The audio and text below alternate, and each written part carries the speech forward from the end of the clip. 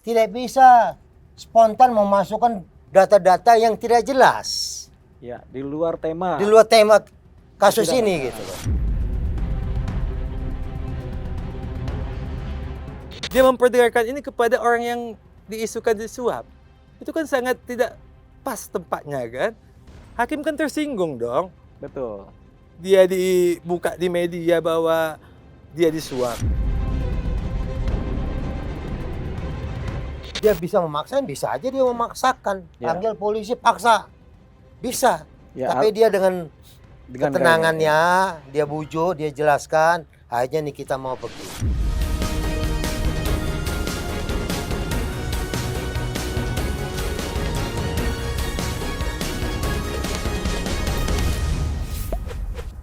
Pemirsa cumi-cumi.com, kali ini saya akan menginterview, karena ini kan spesial interview. Saya akan menginterview yang dihadirkan di sini adalah Bapak Surya Batubara dan Bapak Paruhum ya. Pak Paruhum lengkapnya Pak Paruhum Robert Paruhum Siahaan. Ini dua-duanya adalah pengacara nih, senior ini kan. Dari wajahnya kita bisa lihat ini adalah senior kan. Gitu. Jadi beliau-beliau berdua ini adalah pengacaranya Risa Gladys yang saat ini sedang berproses proses pidana persidangan terhadap terdakwa Nikita Mirzani. Nah, ini kita akan bicara panjang lebar mengenai perkaranya Nikita Mirzani di persidangan, kemudian sejauh mana perkara ini berjalan dan bagaimana prediksi perkara ini akan akhirnya seperti apa. Oke Bang, kita mulai masuk ke cerita tentang persidangannya Nikita Mirzani ya. Nikita Mirzani ini kan terdakwa. Nah, pelapornya adalah Risa Gladys. Ya. Ini kan kabarnya Nikita Mirzani, kita loncat dulu ke dalam persidangan kemarin itu kan Nikita Mirzani kan ribut karena ini dia bilang ada rekaman antara keluarganya Risa Gladys dengan APH, dengan jaksa, dengan hakim. Itu benar nggak sih Bang? Jadi sebelum ke sana memang kalau kita lihat ini kasus sebenarnya awalnya kan kasus pemerasan. Ya. Jadi pihak kuasa hukum, penasihat hukumnya Nikita maupun Nikita sendiri ini memframing. Sehingga bukan topik pembahasan pemerasan yang ditimbulkan. Kenapa kami katakan di dalam begitu? persidangan? Dalam persidangan. Karena kami katakan begitu. Satu, pertama dia gugat uang prestasi. Perdata. Perdata. Ini kan sebenarnya tidak ada kaitan dengan kasus ini, pidananya. Tapi digugat. Ya. Walaupun hasilnya ujung-ujung adalah pencabutan. Ya. Ya. Kedua, kita lihat bahwa yang dibahasnya masalah produk. Produk. Produk kepada penjualan Reza Gladys. Ketiga, dia bahas masalah kemarin waktu kesaksian Sheila Sokya, dia bahas menyangkut masalah umroh. Di dalam sidang juga? Dalam persidangan. Yang paling fatal, yang keempat, dia membahas masalah rekaman. Rekaman ini kan tidak terkait dengan kasus ini. Kalaupun dia bilang informasinya sih katanya ada komunikasi antara pihak keluarga Reza dengan pihak-pihak hakim maupun jaksa. Kalaupun ada ini silahkan laporkan ke polisi atau ke jaksa atau ke KPK. Bukan dibawa ke pengadilan menyampaikan kami mau menyampaikan ini, ada pemerasan, ada penyuapan. Gitu. Ya, itu framingnya kan. Framingnya demikian. Karena dianggap tidak relevan dengan konteks perkara, akhirnya itu diabaikan oleh pihak majelis. Tapi netizen menanggapi beda akibatnya. Makanya kita perjernih kan, karena dari framing ini kan timbul persepsi kan. Ya. Jadi netizen, jangan-jangan ada begitu kan. Apalagi kemudian banyak sekali medsos yang kemudian memframing ini juga, membantu framing ini kan. Jadi kita mungkin menanyakan apakah perlu pihak pengacaranya Risa Gladys menjernihkan ini kan. Gitu. Justru saat ini kita lihat, kita justru butuh sebenarnya sama pengacara kita bisa diskusikan masalah ini supaya masyarakat itu jangan bingung. Iya. Kalaupun kita duduk bersama, kita diskusikan. Poin-poin apa saja sih yang paling penting dibahas dalam kasus pemerasan ini? Karena kalau kita lihat ini, nggak tahu kita bahasnya pemerasan tidak dibahas, kasus yang lain diungkap, gitu. Memang kewenangan untuk membahas kasus pemerasan kan adalah di wilayah majelis hakim ya. Ya. Jadi hakim sudah benar dan tepat itu mengabaikan apa yang diminta oleh Nikita Mirzani. memang kalau ada dugaan seperti itu kan, bener nggak itu, kan sekarang zamannya AI. Jangan-jangan itu cuman orang bikin cerita pakai suara orang-orang seolah-olah demikian, dimakan lagi sama Nikita Mirzani, disampaikan kepada publik kan, seolah-olah ini suaranya keluarganya Reza Gladys sama APH kan. Nah, sementara AI bisa melakukan itu. Ya. Makanya ini kan masih praduga yang mungkin belum tentu kebenarannya, belum terbukti juga, tapi sudah di-framing di dalam persidangan. Jadi kalau kita biasa mendengar seperti ini, kadang-kadang ini malah memberatkan si terdakwa kan. Tapi Gitu. sangat kita sesalkan juga ini Bang Doli, Pak. Gimana? Ini rekan-rekan kita praktisi hukum, pakar hukum menyampaikan kadang-kadang membuat bingung masyarakat. Ya memang pengacara kerjanya bikin bingung masyarakat Iya. kan gitu Bang. Agak membingungkan masyarakat. Kenapa? Ini kan hukum acara pidana. Iya, Tidak bisa spontan memasukkan data-data yang tidak jelas iya, di luar tema. di luar tema kasus Persidangan, ini gitu loh. Jadi kalau semua bisa dimasukin, ini nggak selesai-selesai nih. Jadi bisa semua masuk begitu saja seperti apa mau kasus ini dilakukan? Karena ini kan fokus. Iya. Hukum acara pidana itu apa yang didakwakan itu yang dibantah. Jadi mungkin Betul. gini bisa saya tambahkan bahwa Silakan Bang Paruhum. ini kasus kan sebenarnya berawal dari adanya pemerasan. Ya. Pemerasan ini kelihatannya kan sangat nyata. Iya. Timbullah banyak modus yang dilakukan oleh terdakwa ini ataupun kuasa hukumnya yang jelas ada gugatan non prestasi, ada laporan-laporan polisi terhadap Dr. Reza, ya ada 2, ada gugatan non prestasi. Ini kelihatannya modus yang 3 ini gagal. Iya. Masuklah modus yang keempat ini, rekaman. Ya. Rekaman ini kita tidak tahu isinya apa. Kalau selentingan yang kita dengar katanya kan jaksa sama hakim disuap. Iya. Dalam hal ini yang seperti kata rekan saya tadi, banyak yang kasih komentar tentang rekaman ini. Ada yang bilang, ya kasih dong terdakwa membuktikan rekaman Iya. itu, silakan diputar. Tapi mereka tidak tahu hukum acara pidana itu kan ada. Iya. Sekarang ini kan jatahnya jaksa untuk menyampaikan saksi dan pembuktian. Iya. Nanti ada waktunya terdakwa maupun PH-nya untuk mendatangkan saksi dan juga pembuktian. Iya. Nah, kalau memang rekaman ini dianggap sebagai bukti, nanti diajukan di saat jatahnya dia bicara untuk membuktikan. Bukan di saat ini. Kalau memang itu bukti. Nah, sementara seperti Bang Diolipo tadi bilang kan, AI ini sekarang kan yang udah meninggal juga bisa bicara sekarang kan. Iya. Nah, itu Bahkan banyak. yang belum lahir juga bicara, Bang. Nah, makanya yang belum lahir bisa bicara, yang sudah meninggal juga bisa bicara. Nah, ini kan belum jelas. Coba dia itu usahakan dulu buktinya dia ini yang jelas. Misalnya kalau rekaman kan ada laboratorium forensik atau pihak-pihak yang berwenang untuk meneliti kebenaran daripada bukti ini. Kalau memang bukti ini betul, dia bisa gunakan pada tempatnya. Iya. Nah, ini kasus persidangan adalah pemerasan. Kalau ini dikatakan bahwa ini rekaman adalah bukti jaksa sama hakim disuap, itu kan tempatnya bukan di sidang pemerasan. Iya, di kasus korupsi. Masih ada sidang lain. Silakan Iya. dia melaporkan ke pihak yang berwenang menangani isu suap. Ya, tapi jangan dia masukkan di kasus pemerasan ini bukti suapnya dia. Jadi jangan kucing dengan anjing masukkan satu kandang. Nah, berantem itu nanti kan gak cocok tuh. Nah, jadi silakanlah kalau memang buktinya dia nyata, ajukanlah ke pihak yang berwenang untuk isu suap. Iya. Jangan digabung dengan isu pemerasan. Jadi jangan dibikin terlalu banyak modus lah. Kita juga mungkin bukan kucing sama anjing, Bang. Mungkin anjing sama harimau, Bang. Nah, anjing sama harimau disatukan. Pasti dimakan itu kan. Iya, jadi masing-masing lah. Kalau bila pemerasan ini berjalan, silakan dia masukkan isu suap ke pihak yang berwenang. Dibuktikanlah di sana. Dibuktikan di proses sana. penyelidikan. Dan yang paling lucu lagi nih PH-nya ini harusnya kan bisa meneliti ya bukti yang diajukan ini. Ini kan bukti yang dia katakan ini, isunya yang kita dengar ya. Ini kan jaksa sama hakim disuap. Dia memperdengarkan rekaman kepada orang yang disuap. Iya. Kan jaksa sama hakim kan ada di situ. Iya. Dia bilang ini rekamannya adalah isu suap. Hakim sama jaksa disuap. Dia memperdengarkan ini kepada orang yang diisukan disuap. Itu kan sangat tidak pas tempatnya kan. Menurut kami ini PH-nya mestinya mengajari hakim kan tersinggung dong. Betul. Dia dibuka di media bahwa dia disuap. Ya. Sementara buktinya belum jelas. Rekamannya juga belum jelas. Ya.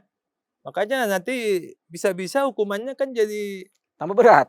berat. Kasihan. Jadi PH ini mestinya cobalah selamatkan kliennya lah. Jangan makin Memperdalam memperdalam kerusakan. kerusakan. Hakim itu sudah benar sih tindakannya Iya. bahwa dia nggak menanggapin ini. Iya. Karena saat ini kan masih saksi-saksi di pihak jaksa yang Betul. dihadirkan.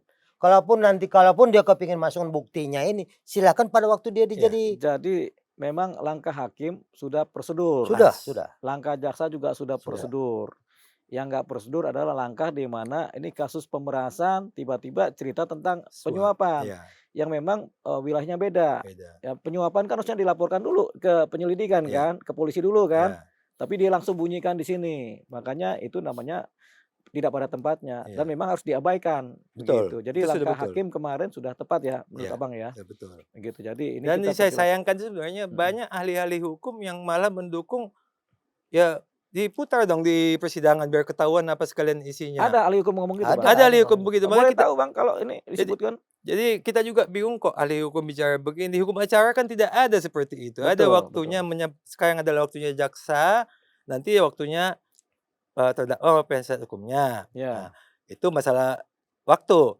Belum lagi masalah isinya apa. Ya. Apakah betul apa tidak. Ini kan belum dipastikan.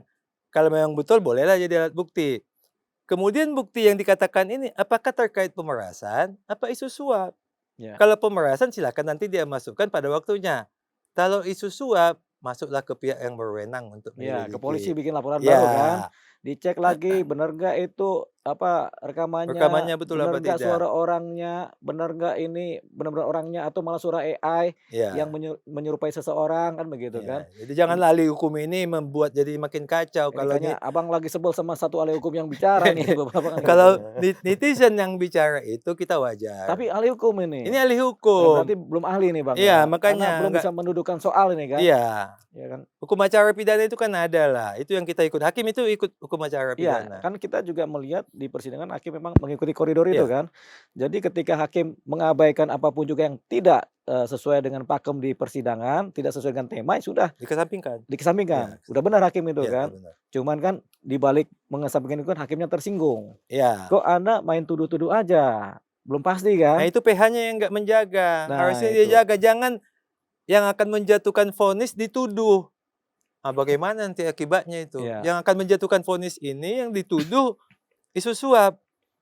Ya, Kan berbahaya buat terdakwanya. Yang dampaknya salah besar. siapa? PH-nya tidak memberitahu. Ya, di persidangan sudah pasti kemungkinan keadaannya seperti itu. Iya, Tapi di masyarakat dengan adanya cerita itu timbullah framing-framing di medsos kan. timbul. Seolah-olah begini hakim disuap. Ini kan jadi akhirnya kan namanya pencemaran nama baik lagi buat hakim kan. Iya, bisa Begitu. jadi nanti seperti Jakarta Utara hakim membuat LP. Betul.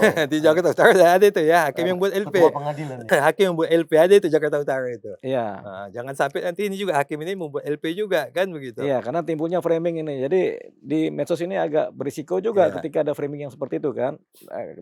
Belum terbukti, belum ada bukti dan belum koridor legalnya jalan tapi sudah framing kan begitu Iya. kan. Bisa potensi pidana Iya. begitu. Bang, kita masuk kepada posisi ini kan sudah ada dakwaan 3 pasal ya. Iya.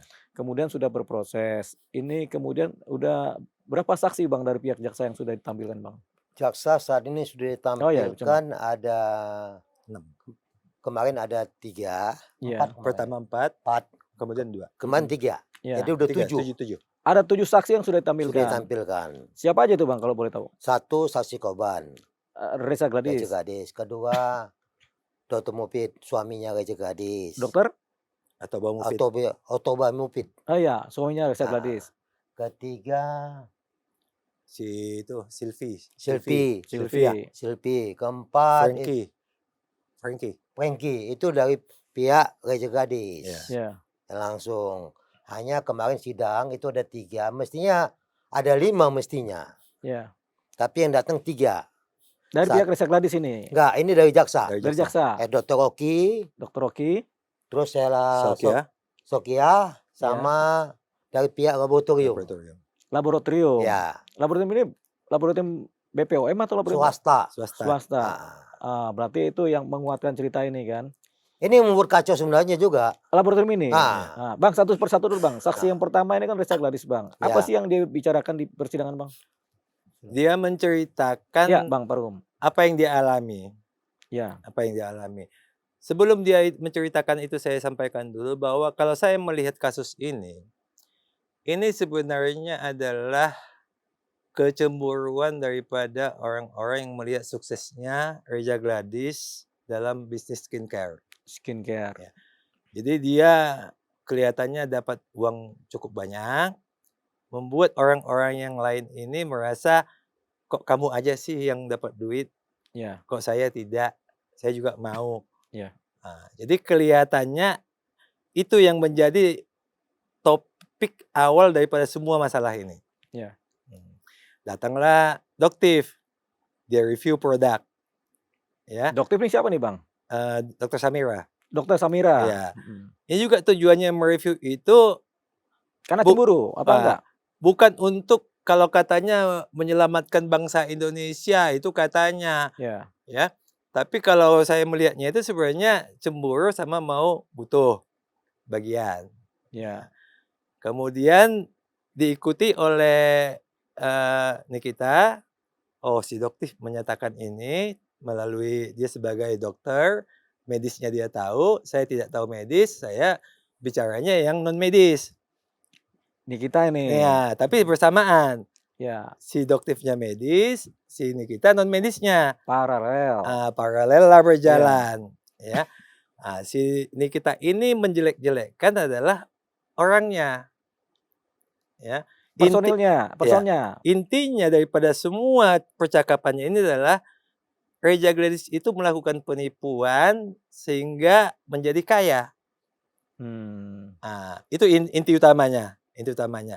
Penipuannya seperti apa? Yang dibilang lah ingredients-nya jelek. Padahal kalau dilihat aja kulitnya itu abu-abu, lihat aja mukanya berutusan, mukanya didempul, sehingga produknya ini tidak pas. Untuk dia aja nggak pas, kan gitu ya. Jadi tapi dia kena penipuan, makanya dia jadi kaya. Ya. Itu kan dampaknya sampai ke anak-anaknya. Dr. Reza ini kan kena dampaknya juga di sekolah. Oh, itu mamamu penipu ya, makanya kamu kaya. Kan sampai kemana-mana itu. Jadi bukan hanya ke Reza Gladys suami, sama anak-anaknya juga terdampak. Jadi kemarin Dr. Reza itu menjelaskan bahwa apa yang di-review jelek oleh Nikita ini adalah tentang pribadinya dia itu. Bukan produknya. Bukan produknya. Kalau si Doktif, Dr. Samira ini memang produknya. Yang direview. Karena dia mengaku sebagai dokter, mengerti medis. Ya. Si Nikita yang tidak mengerti medis, tidak kan nggak bisa bicara masalah medis. Nah, non-medisnya yang dia pakai, dia berparalel dengan Doktif ini. Tapi yang dia jelekkan adalah manusianya. Intinya adalah penipuannya. Si dokter Rezanya ini. Dia itu kaya karena menipu. Padahal ini dokter beneran nih, dokter Reza nih. Ya, dokter Lulusan beneran. dari mana dokter Reza ini Bang? Lulusannya saya nggak terlalu. Tapi ingat. dokter ya, tapi memang dokter ya. Kemarin waktu kita di Polda, Ya. kan sempat juga dilapor juga di Polda. Ya. Sempat dilapor di Polda. Katanya ada 4 orang korban daripada produknya Dr. Reza. Dokter Reza. Sehingga Dr. Reza dipanggil, Dr. Buffett dipanggil. Ya. Ditanya mengenai dokumen kedokterannya. Dr. Reza, Dr. Mufid dokumennya lengkap.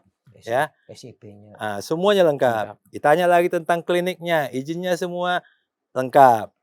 Ditanya tentang produknya, semua produknya lengkap. Izin BPOM-nya lengkap, ya. Izin edarnya lengkap, NA-nya lengkap. Jadi semuanya lengkap. Sehingga Dokter Reza lengkap lah semuanya ya, sebagai dokter ya. Mufid lengkap, dokternya lengkap, kliniknya juga semua izinnya lengkap, produknya juga semua izinnya lengkap, tidak ada yang bermasalah. Ya. Ya, makanya kemarin saya katakan kalau memang produknya yang dijelek-jelekkan, jangankan PM 1 juta juga tidak akan dia kasih. Sampai jungkir balik juga nih kita sama Doktifin Samira ini menjelek-jelekkan produknya, 1 juta dia tidak akan kasih. Karena Jadi- memang semuanya lengkap. Iya, produknya lengkap ya, Lengkap legalnya semua. lengkap semua. Legalitasnya lengkap semua. Jadi personnya yang dikejar oleh Nikita, Personnya ini yang jadi dibully lah masalah. ini kan. Setelah dia dibully seperti itu, dia down. Si dokter Resa ini Kerjanya down. Sampai tidur juga susah, jadi pikiran. Belum lagi kalau anak-anaknya bicara ke mamanya, mama apa betul segala macam itu kan jadi makin down lagi kalau anak-anak kena. Ya, Dia pribadi aja sudah down, tambah lagi kalau anak-anaknya juga kena dampak juga semakin down. dampak psikologis ya ini Dampak ya. psikologisnya. Kejiwaan ya.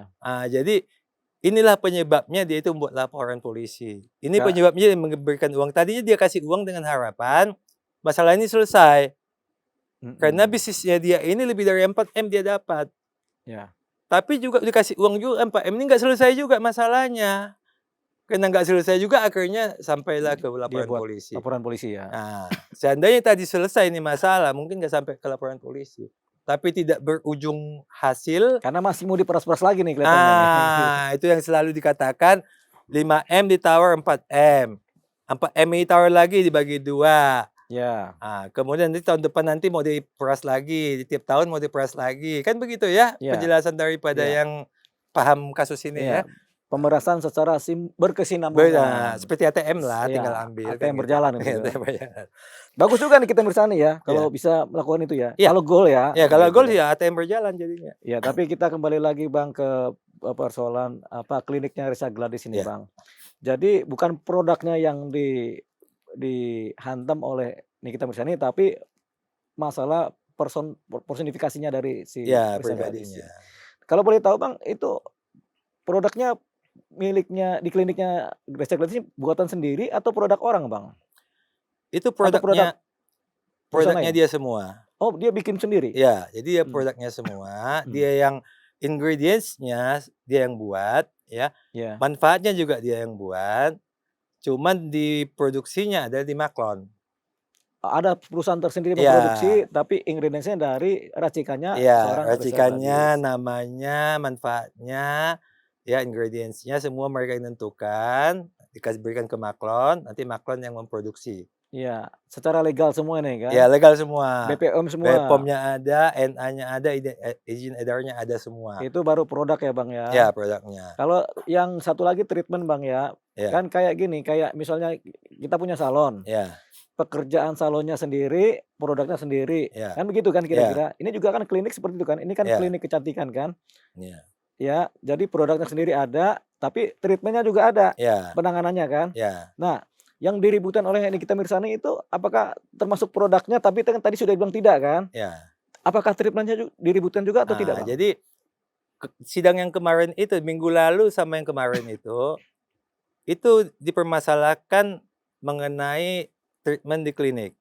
Iya. Ya, namanya glowing booster cell. Yang mempermasalahkan Nikita sama pengacaranya. PH-nya. Ya, PH-nya. yang dikupas itu adalah growing booster cell. Nah, itu apa itu Bang?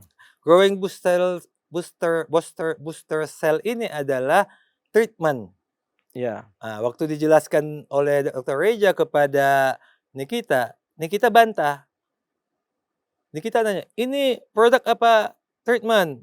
Dr. Reja bilang treatment. Saya tidak bilang, saya ini produk, katanya begitu. Iya. Jadi tidak memahami, karena memang bukan dokter, bukan orang medis, jadi tidak paham ya.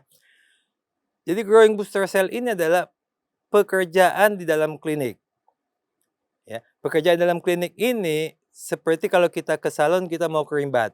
Iya. Ya, kita datang ke salon, minta dikerimbat, petugas salon akan mengkerimbat kita. Bahannya apa yang dipakai, itu tinggal pilih. Iya.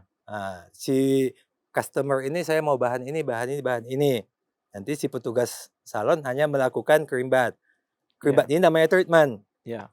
Growing booster cell ini juga sama. Adalah treatment tadi. Ya, silakan si customer datang, mau dikinclongin di muka. Ya. Supaya kinclong, dibuatlah growing booster cell. Bahannya apa? Silakan dipilih. Produknya apakah A, apakah B, apakah A C? atau B atau C, silakan dipilih. Tapi si klinik tugasnya hanya membuat dia glowing booster cell. Kalau bahasanya kita jadi kinclong itu muka. Pekerjaan itulah yang dipermasalahkan. Tidak ada izin. Sidang kemarin waktu Dr. Oke dibahas, itu izin BPOM-nya nggak ada. BPOM itu kan Badan Pengawas Obat dan Makanan. Ya. Di dalam obat ini termasuk kosmetik. Ya. Ya. Jadi kalau treatment ini membuat kinclong ini bukan bahan, ini bukan obat, bukan kosmetik. Tapi pekerjaan tangan membuat kinclong. Ya. Tidak perlu izin BPOM. Kecuali BPOM-nya ditambah, ya, dikatakan Badan Pengawas Obat, Makanan, Kosmetik, dan juga treatment. Nah, Ya. bisa minta ke BPOM. Tapi karena treatment tidak masuk di dalam wilayahnya BPOM, ya BPOM mengatakan glowing booster cell tidak ada izin BPOM-nya, ya pasti tidak ada. Karena itu adalah pekerjaan, itu karya. Karya Treatment. buat tangan ya. treatment Karya ya. tangan. Jadi treatment itu adalah tindakan. Tindakan. ya. Tindakan untuk mengerjakan. Itu Ya. treatment untuk lebih baik kan Untuk gitu. membuat kinclong. Jadi kayak orang mau atau petugas salon itu mencuci rambut, Ya. itu adalah treatment. Treatment. Jadi mencuci rambut itu memang nggak di BPOM nggak ada itu Iya. mencuci rambut itu. Bahan pencucinya ada di Bahan BPOM. pencucinya ada. Tapi mencucinya tidak. Iya, Nah, mencuci itu kan ya pekerjaan. treatment gitu Iya, kan. treatment. Gitu.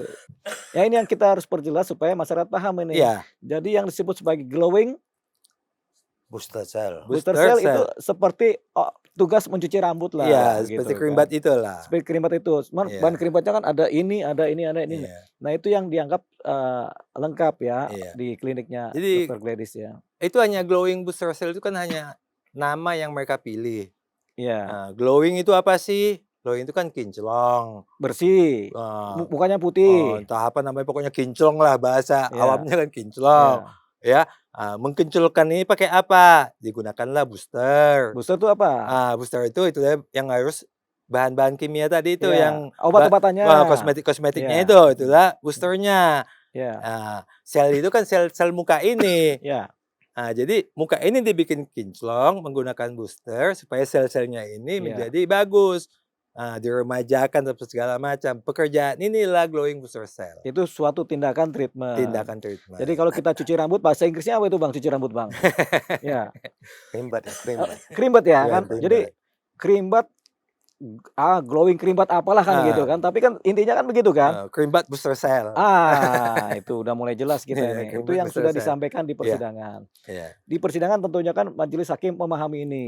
Jaksa Iya. juga memahami ini kan. Iya. Tapi kemudian kan dikacaukan dengan framing. Iya. Bahwasanya ini produk. Produk.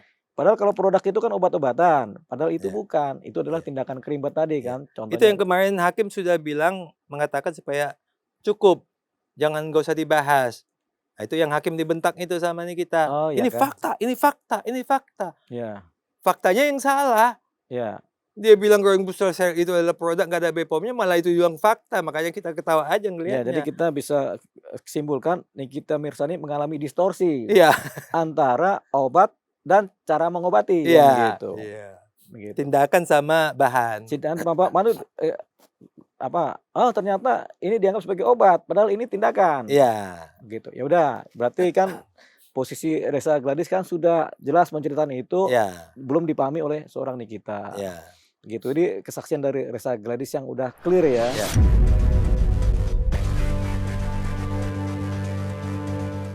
Kemarin jawabannya di awal itu sudah dikondisikan. Hmm. Tapi namanya yang dikondisikan itu tidak akan bisa sempurna. Yang sempurna itu adalah fakta yang sesungguhnya. Terima kasih sudah menonton. Jangan lupa like, komen, share, dan subscribe video cumi-cumi.com.